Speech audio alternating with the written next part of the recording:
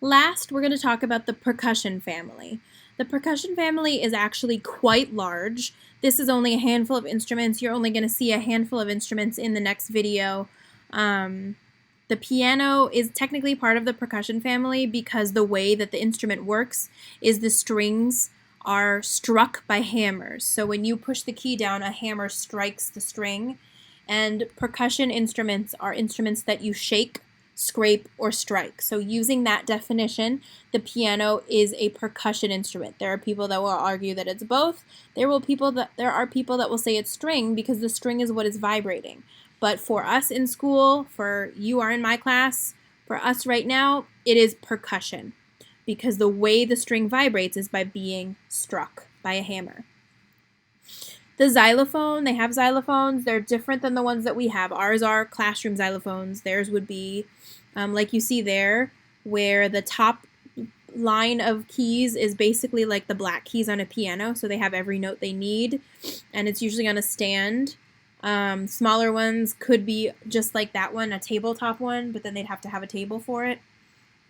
They also have glockenspiels, which are the smaller high metal ones. They've got metallophones that vibrate. They have tubes underneath to give a longer vibration. The celeste, which is the Sugar Plum Fairy instrument, is like a piano-looking thing.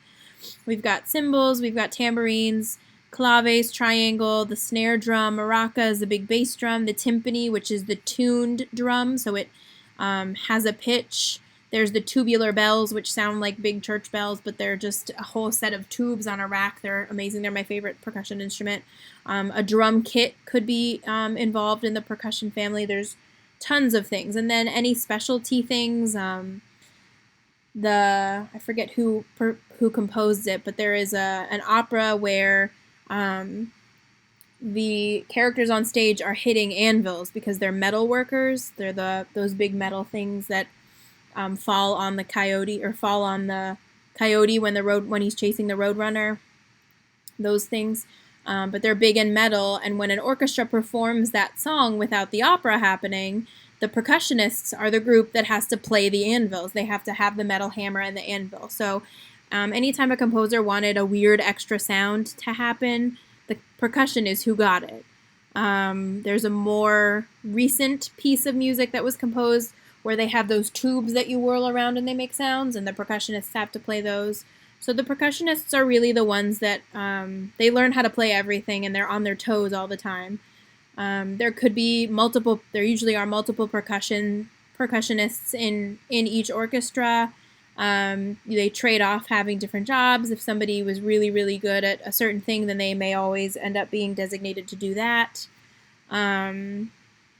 It just kind of depends on what the piece calls for and what the conductor wants to have happen. I don't know how they figure out what they play in anything. I think that the teacher will tell you in middle school, high school. But after that, I don't know how professional orchestras decide who plays what. But usually, like, if there's somebody who's like excellent at the timpani or excellent at the xylophones, and they're the guy or girl that's going to do it every time. So like I said, the video that you're about to watch about the percussion family doesn't have every single instrument. You can see quite a few of them on the stage. They're going to show you about 4. It would just take hours, probably. Maybe not hours, maybe an hour to show you every single percussion instrument that is, commonly used. So these are just some of them. A lot of them are used in a different way than we do at school. The triangle and tambourine, for example, may be on a stand so that they can just come up and tap it. There is a technique to a tambourine being used with a drum head, so that is also a thing too. We don't use them much at school because the ones that we have are kind of annoying, but the large, nice orchestral ones are nice, and there is a technique about, how you can get sound from tapping the drum head as well as shaking it. So they have stands for them, and they use them without stands too. So check out the next video. You'll just see a few different instruments. And that'll be it for the orchestra instruments.